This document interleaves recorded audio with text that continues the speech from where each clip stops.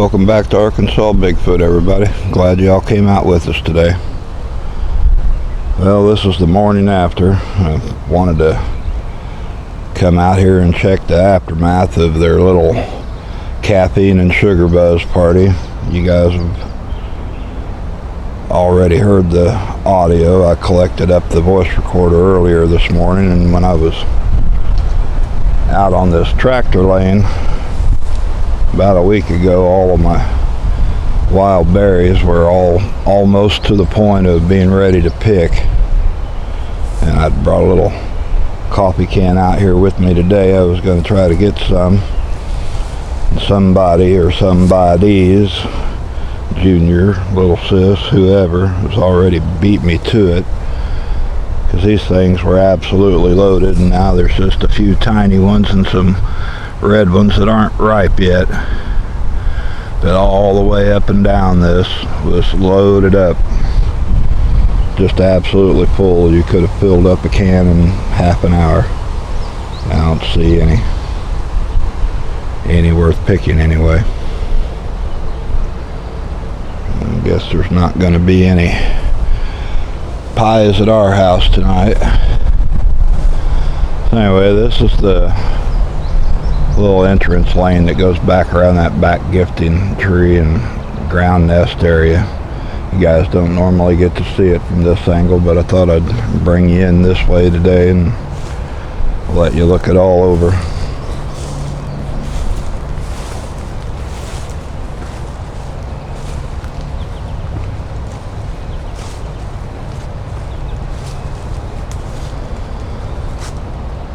But by the sound of everything, they were having quite the little sugar buzz party going on for a while.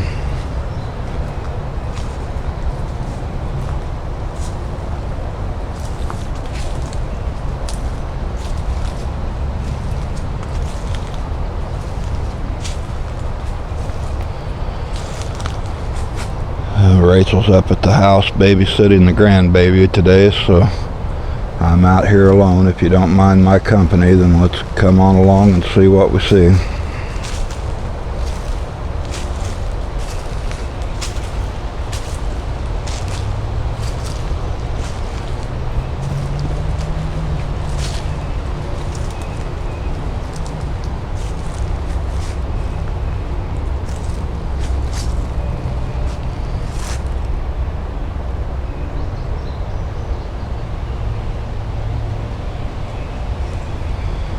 I didn't come this far back earlier this morning. I just went and grabbed the voice recorder and got back out of the woods so I could go through everything.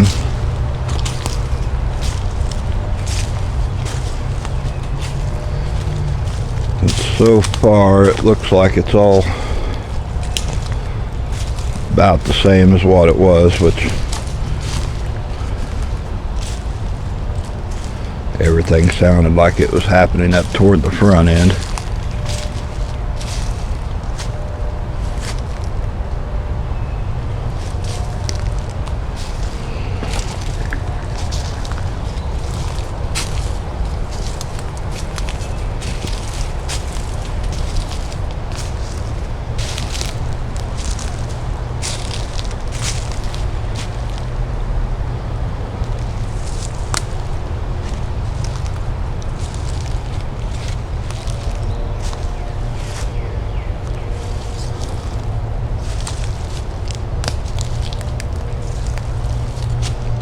I don't see anything really shoved around or messed with too bad back here.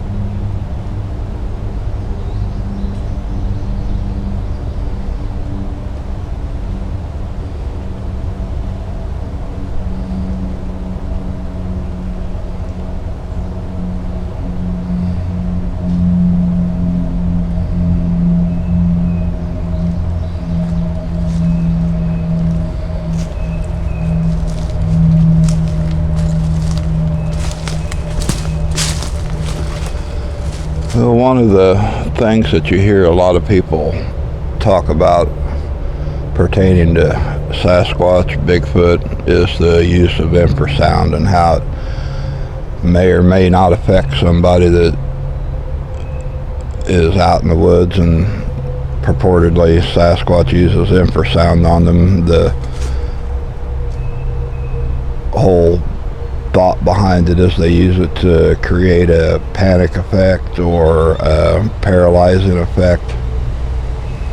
But before we get into all that, it's probably a good idea for those that aren't really familiar with it to even know what infrasound actually is.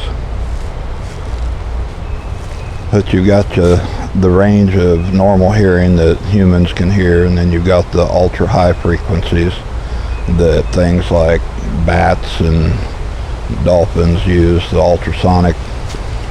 Then on the lowest end, below 20 hertz, is what they call infrasound, and it's more of a vibrational feel than it is a sound that you can hear with your human ears.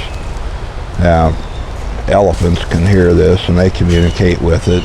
Lions, I think a lot of the different types of cats can hear and use infrasound. But probably below 18 and 17 hertz, those are the frequencies that can create a lot of emotional distress in a person. Whenever they're subjected to it, you can feel catatonic, you can feel extreme anxiety, you can feel acute fear. A lot of people come away from it reporting that they feel like, they're experiencing PTSD, so to speak. It creates a fear level in them so deep and so intense that they can't seem to ever shake it off or get past it. But the frequencies that are in infrasound can penetrate deeper and resonate farther than the higher pitch tones that are oscillating on a high frequency. And scientists that have studied the 18 hertz, 17 hertz on down into 2, 3, 1. They've measured the thickness of concrete cinder blocks that it would penetrate through, and literally something in the 18 to 17 hertz frequency, you would have to be enclosed in a bunker that's literally 12 foot thick for it to not penetrate through to still affect you. And the farther down it goes into the 4, 3, 1, etc., they're talking it would literally take a mile and a half of enclosure to guard and protect you from it. Around 18 and a half hertz, your eyes will literally start to vibrate and oscillate to where a lot of people call this the paranormal frequency, because when they're subjected to that, it almost brings on a hallucinogenic effect. But that is also a frequency that a lot of the paranormal stuff starts to happen.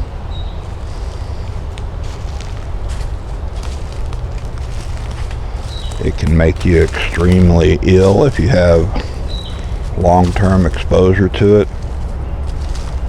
A lot of things that are around us on a daily basis that we don't even think about generates an infrasound. Windmill farms, the wind farms, a lot of factory machinery, that low steady hum that is just below our hearing spectrum, it vibrates and resonates at those low infrasound frequencies. I'm not gonna start naming names or putting things out there, because a lot of things are already aware to most people, but there's a place in Switzerland doing some pretty off the wall stuff. There's a place up in Alaska using frequencies to change the environmental conditions. Those generate infrasound constantly. You know, we're subjected to it on so many levels. High electricity power lines, those generate a low frequency vibration, give off a ultrasound.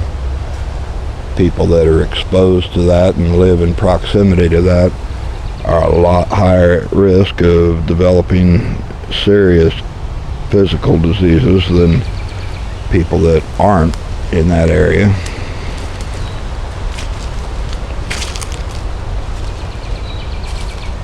But the theory is that Sasquatch is able to use this. They grumble and growl and groan and literally breathe and vibrate at different tones and frequencies, and can use ultrasound, which is the high frequency, for things like trying to catch rabbits or small animals, raccoons, possums, things like that. Larger things, they use infrasound, the low frequency vibrations, to paralyze and stun them, to put them in sort of a catatonic state to get them easier to catch, approach, or however.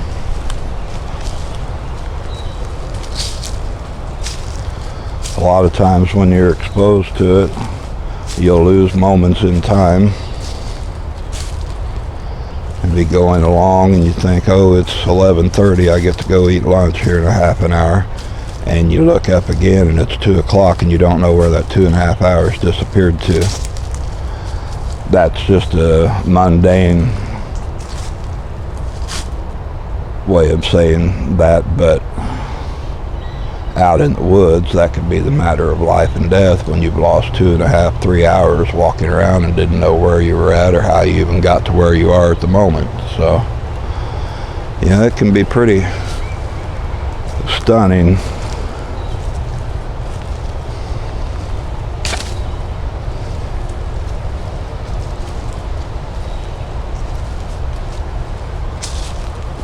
Nikola Tesla said the keys to the universe all reside in frequencies, currents, and vibrations, and I believe that to be a fact.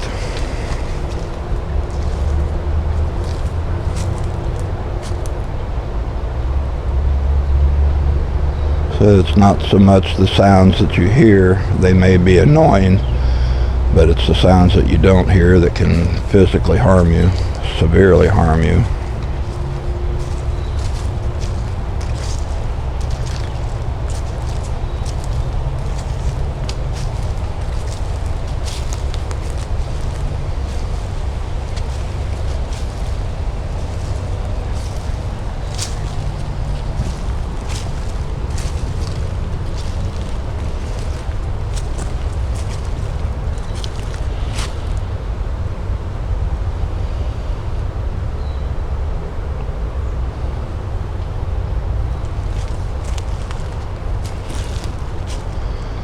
I was kind of looking around the area. I didn't spend a lot of time this morning. I just wanted to grab that recorder and get back up and go through it and check it all out for everybody.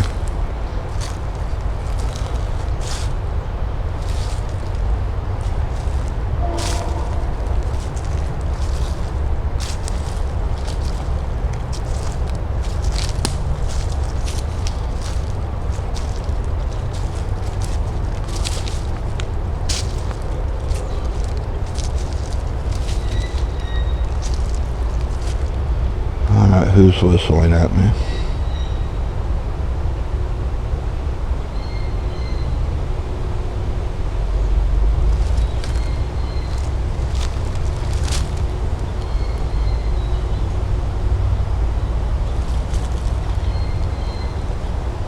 Well, that's not a bird. I think one of them's learned a new trick.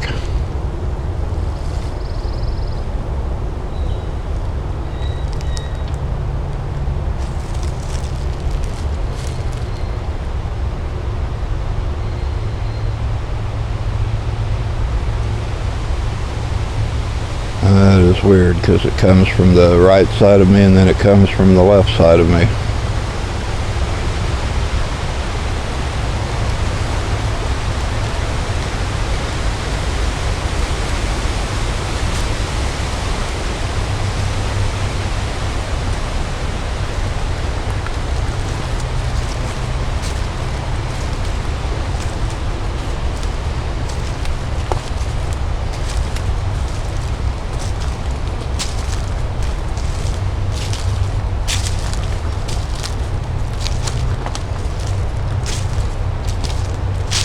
But there's the first gifting tree, and you can see that the coffee can that had all the cabbage, stew, and rice in it is completely licked clean and empty.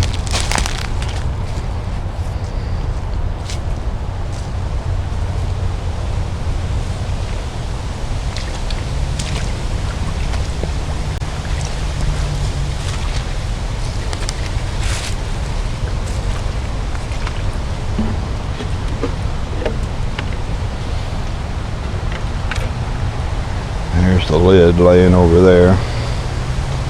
It's been popped off with a hand. There's no teeth marks or anything like that in it. That's completely cleaned out. The bottle that had the espresso in it is gone. I don't see it anywhere. Of course, like I said, I know that he can get the lid off the peanut butter jars, and we've left juice bottles out here before, and he's taken the lids off of those, and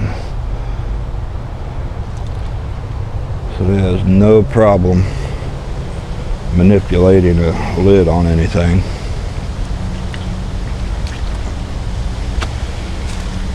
Now this is something I want to point out to you.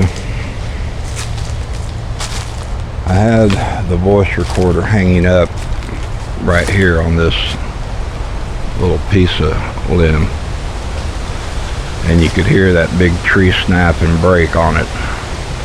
Well, there it is, because that was not broke yesterday when we brought this stuff out here.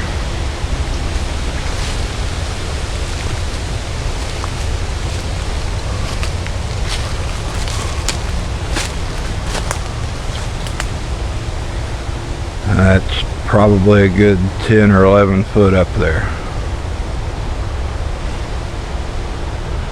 But there was that pop and snap that you heard, and the limb tussling around. This is all kind of shuffled and broke and moved around.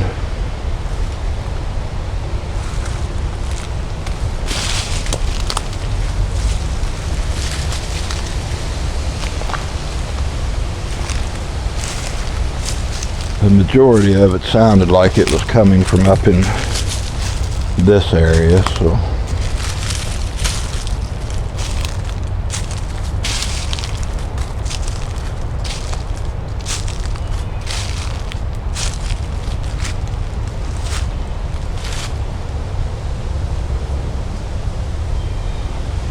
I found a couple of really bizarre spots that I'll show you when I get ready to hike out. That just, I've never seen it before out here in the woods. It looks like a little miniature waller or something. It's not so miniature. It's probably 6-7 foot in diameter in each spot, but it's just completely kicked out clean. It's not rooted up like a wild pig or a feral hog would do. It just looks like one of them plopped their butt down and sit there and shuffled and kicked and moved the leaves and rolled around and wallered around for a while.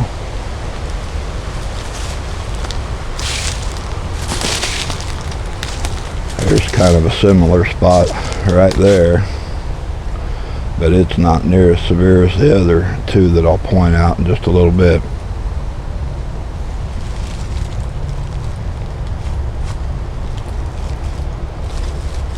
I am not seeing the drink bottle or any of the other stuff laying around. I don't know where they've carried it off to.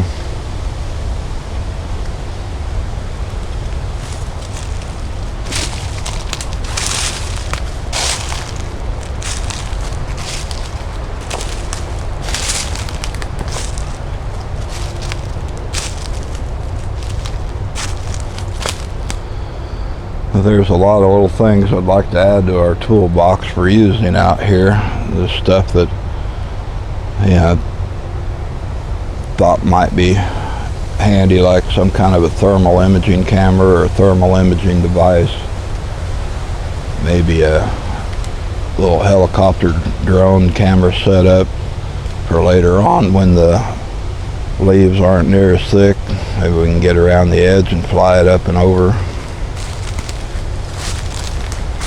Just different stuff that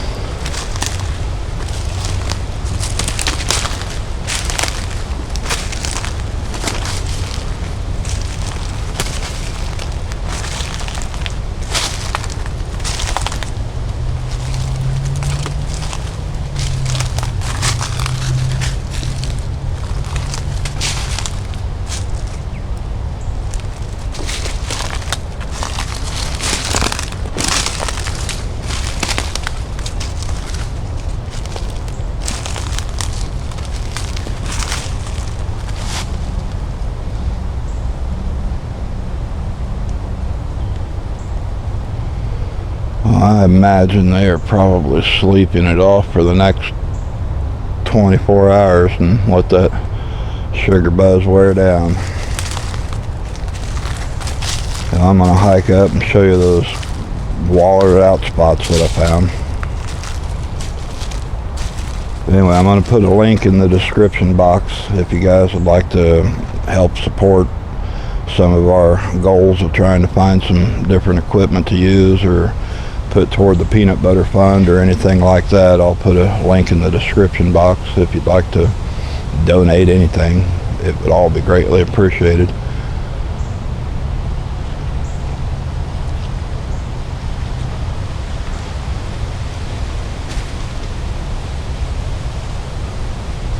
Alright, I'll see you in just a minute and we'll look at that other area up there.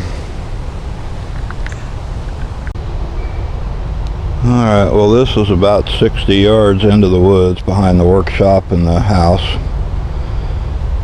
And I know I didn't make it, and I know Rachel didn't make it, and the little bulldog never leaves the fenced in area, and I can guarantee he didn't do this.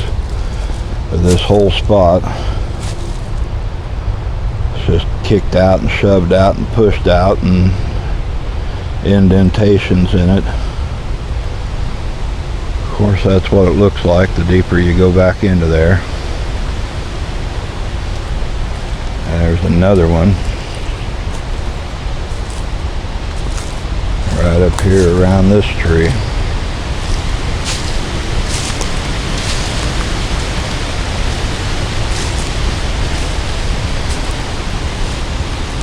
So it's not a hog waller. I'm not exactly sure what to call it other than just a big bare spot. But I've not seen any of that size like this out here. You know, you'll see little deer scrapes, but it's the wrong time of the year for that, and the deer didn't make anything that big. Alright guys, we'll hit the like, share, and subscribe. Wasn't extremely exciting today, but I just wanted to show you a little bit of the morning after, so we will catch you later down the trail. Thanks.